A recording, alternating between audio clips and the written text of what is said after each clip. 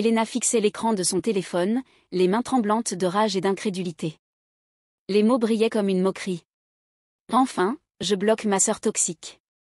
La famille se porte mieux sans son drame. En dessous, des dizaines de mentions, j'aime, et de commentaires de soutien, de la part d'amis et de membres de la famille élargie qui n'avaient aucune idée de ce qui s'était vraiment passé.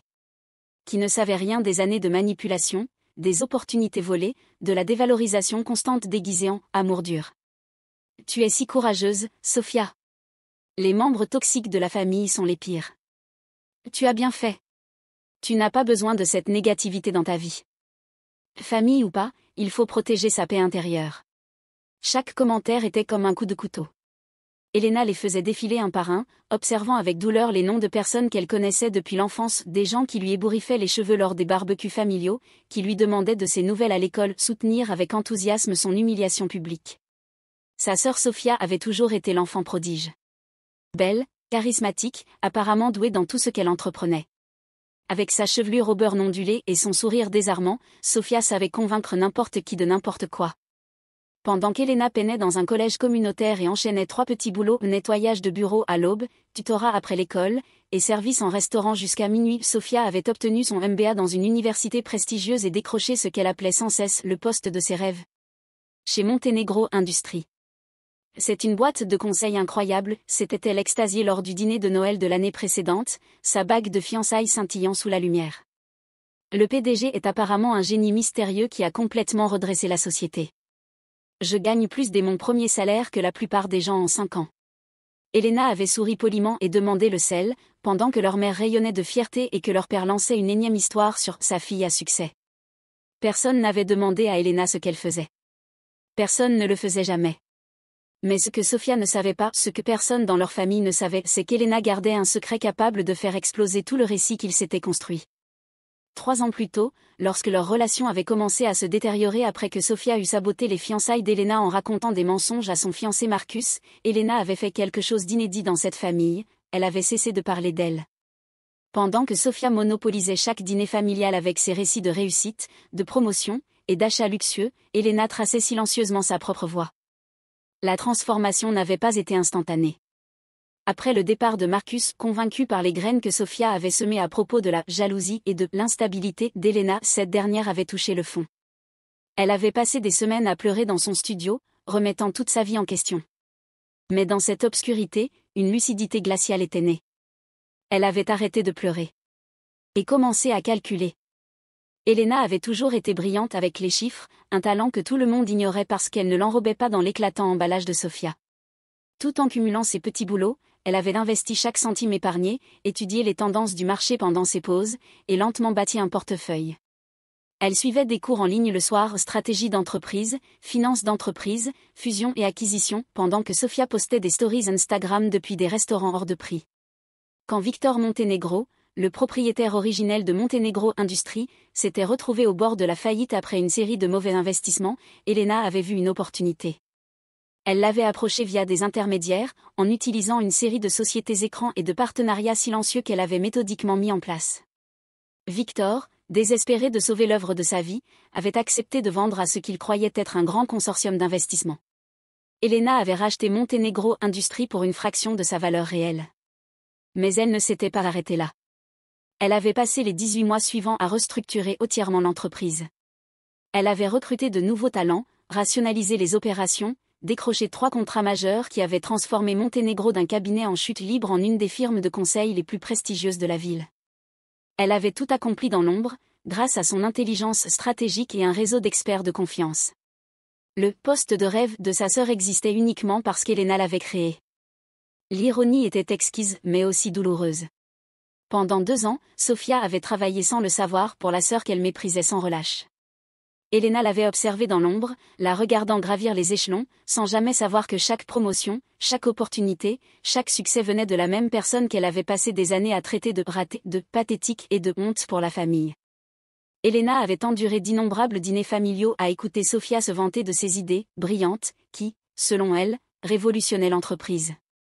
Elle avait serré les dents quand Sophia s'était attribué le mérite d'initiative qu'Elena avait personnellement approuvé. Elle avait même souri lorsque Sophia se plaignait du PDG mystérieux qui ne montre jamais son visage, et spéculait, probablement un vieux bonhomme complètement déconnecté du monde des affaires.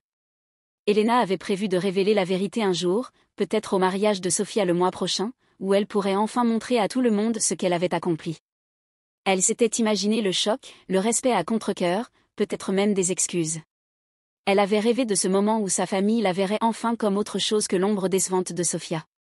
Mais cette publication changeait tout. La famille est mieux sans son drame. Ces mots la blessèrent plus profondément que toutes les cruautés précédentes de Sofia. Ce n'était plus une humiliation privée, c'était une trahison publique. Sofia avait dépeint Elena comme la méchante auprès de tout leur entourage, jouant les victimes tout en se vantant d'une carrière qu'Elena avait rendue possible. Elena relut la publication, la mâchoire crispée, en remarquant que Sofia avait tagué plusieurs membres de la famille, assurant ainsi une visibilité maximale à sa campagne de diffamation. Même leur grand-mère âgée avait aimé le post. La goutte d'eau fut le commentaire de son ex-fiancé Marcus. « Tu as pris la bonne décision. Certaines personnes ne changent jamais. » Quelque chose de froid et définitif s'installa dans la poitrine d'Elena. Elle avait passé 3 ans à construire un empire pendant que Sofia bâtissait une réputation fondée sur des mensonges. Elle avait été patiente, méthodique, même généreuse, laissant Sofia prospérer dans l'entreprise qu'Elena avait sauvée et transformée. Mais la patience a ses limites. Elena prit son téléphone et composa un numéro qu'elle utilisait rarement. « Monsieur Harrison ?» C'est Elena Rossetti. James Harrison, le directeur des ressources humaines de Montenegro Industries, se redressa immédiatement sur sa chaise, bien qu'Elena soit à des kilomètres. En tant que l'un des rares à connaître sa véritable identité, il comprit instantanément l'importance de cet appel direct. « Mademoiselle Rossetti, bonsoir. Que puis-je faire pour vous ? J'ai besoin que vous prépariez les documents de licenciement de Sofia Rossetti, division conseil. » Effet immédiat. Un silence. « Madame, êtes-vous certaine ? Elle fait partie de nos meilleurs employés ce trimestre, et elle dirige actuellement le projet Blackstone Industries. » J'en suis certaine, James. Et je veux aussi que vous programmiez une réunion avec tous les chefs de département demain matin à 9 h. Il est temps qu'ils sachent qui possède réellement cette entreprise. Et James ? Veillez à ce que Sofia reçoive son avis de licenciement en main propre. Je veux que ce soit remis dans son bureau à exactement 9h47. Bien entendu, madame. Puis-je vous demander pourquoi cet horaire précis ? Elena sourit froidement en regardant l'horodatage de la publication de Sofia. C'est exactement 24 heures après qu'elle a décidé que la famille se portait mieux sans moi. J'aime respecter les souhaits des gens. En raccrochant, Elena ressentit quelque chose qu'elle n'avait pas éprouvé depuis des années, un contrôle total. Sofia pensait exclure Elena de sa vie, mais en réalité, elle venait de se couper elle-même de la véritable source de son succès. Elena passa la soirée à préparer sa réponse avec soin. Elle relut le dossier d'emploi de Sofia, nota chaque projet qu'elle avait personnellement approuvé, chaque client qu'elle avait apporté, chaque opportunité qu'elle avait créée. La révélation du lendemain serait chirurgicale. Elle fit aussi un autre appel à leurs parents. « Salut, maman. Je me demandais si toi et papa vouliez déjeuner avec moi demain. Il y a quelque chose d'important que je dois partager avec la famille. Oui, j'ai vu la publication de Sofia. C'est justement ce que je veux aborder. » Le lendemain matin arriva sous un ciel gris et une fine bruine, qu'Elena considéra comme une toile de fond parfaitement appropriée. Elle avait à peine dormi, mais l'anticipation lui donnait de l'énergie. Chez Montenegro Industries, Sofia arriva au bureau perché sur ses talons de créateur, un café à la main, totalement inconsciente que ce serait son dernier matin dans ce bâtiment brillant.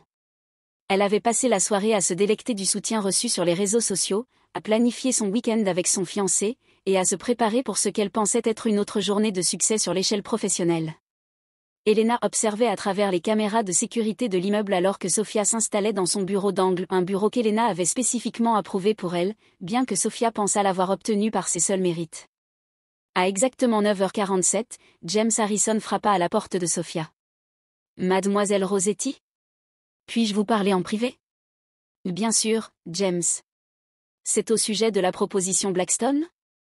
Je pense m'être vraiment surpassée cette fois. » Elena pouvait imaginer le sourire confiant de Sofia s'effacer lorsque James posa la lettre de licenciement sur son bureau.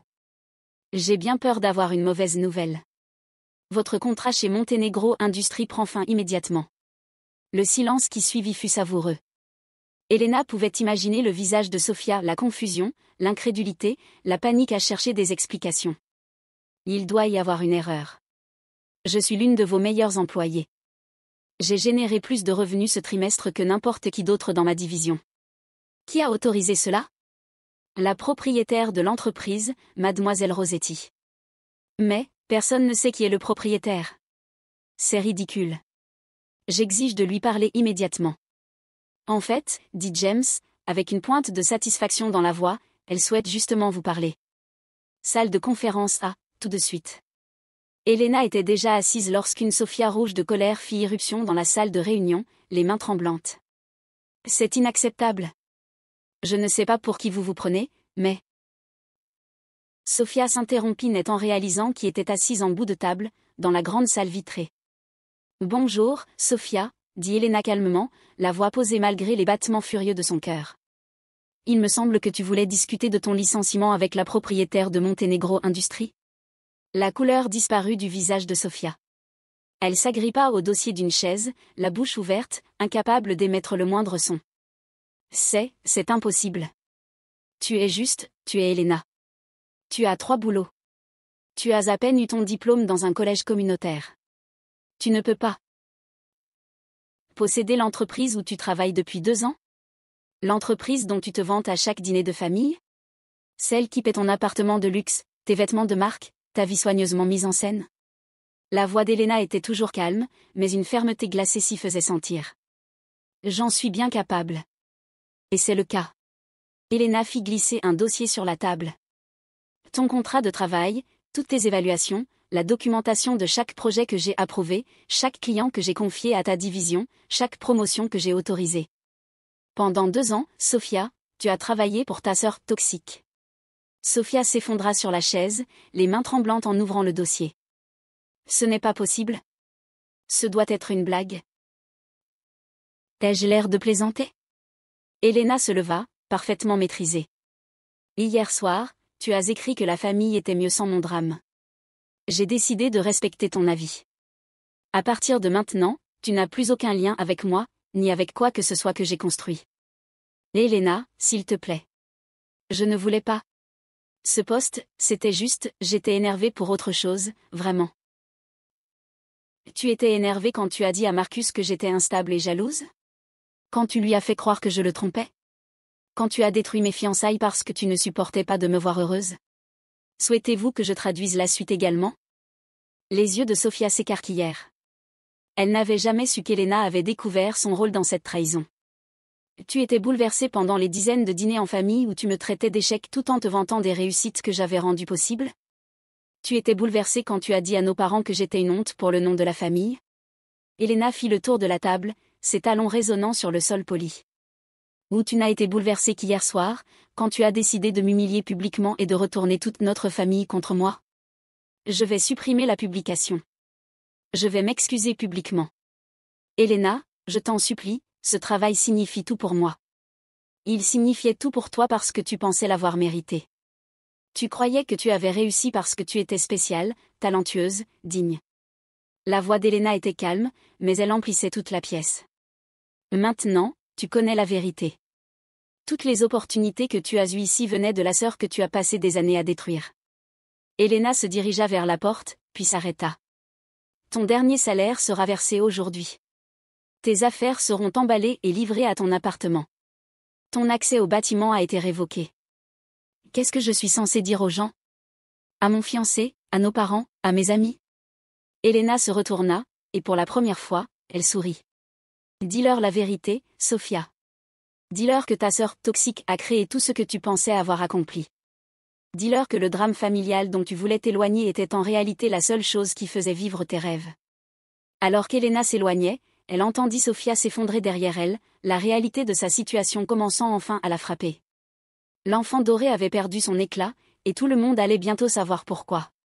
Le téléphone d'Elena vibra avec un message de sa mère. Hâte d'être au déjeuner, ma chérie. Ton père et moi sommes curieux de ce que tu voulais nous dire. Elena sourit en répondant. Je pense que vous allez trouver ça très éclairant. À tout à l'heure. Le soir venu, le groupe familial, autrefois rempli de messages de soutien à la publication de Sophia, était étrangement silencieux. La révélation d'Elena pendant le déjeuner, avec documents à l'appui, relevés financiers et une chronologie très détaillée, avait réécrit toute l'histoire de leur famille. La dernière publication d'Elena sur les réseaux sociaux était simple. Parfois, la meilleure des vengeances, c'est simplement de laisser les gens découvrir avec qui ils avaient vraiment affaire depuis le début. Hâte de construire quelque chose d'encore plus grand. Visage souriant avec hurrieur #vérité révélée #nouveau chapitre. La réaction fut immédiate et massive. Anciens collègues, vieux amis, et même des parents éloignés ayant été témoins des années où Elena avait été ignorée ou rabaissée commencèrent à lui envoyer des excuses, des félicitations, et des demandes de reconnexion. Mais le message qui compta le plus vint d'une source inattendue, Marcus, son ancien fiancé. Elena, je te dois des excuses énormes. Je commence à comprendre ce qui s'est réellement passé il y a 3 ans, et je suis horrifiée d'avoir cru aux mensonges qu'on m'a racontés sur quelqu'un d'aussi extraordinaire que tu t'es révélé être. Je ne m'attends pas à ce que tu me pardonnes, mais je voulais que tu saches que je vois enfin la vérité. Elena lut le message 2 fois, puis le supprima sans répondre. Certains chapitres de sa vie étaient définitivement clos. Ce soir-là, alors qu'elle était assise dans son appartement en penthouse acheté grâce au profit de Montenegro Industries, elle repensa aux événements de la journée. La carrière de Sofia était finie, sa réputation en ruine, son compte de fait brisé. Leur famille ne verrait plus jamais aucune des 2 sœurs de la même manière. Mais plus important encore, Elena était enfin libre. Libre des ombres, libre d'être sous-estimée, libre de se soucier de ce que pensaient les gens qui n'avaient jamais cru en elle. Demain, elle commencerait sa prochaine aventure. Après tout, Montenegro Industries n'était que le commencement. L'enfant doré était tombé, mais le phénix né de ses cendres ne faisait que commencer à s'élever.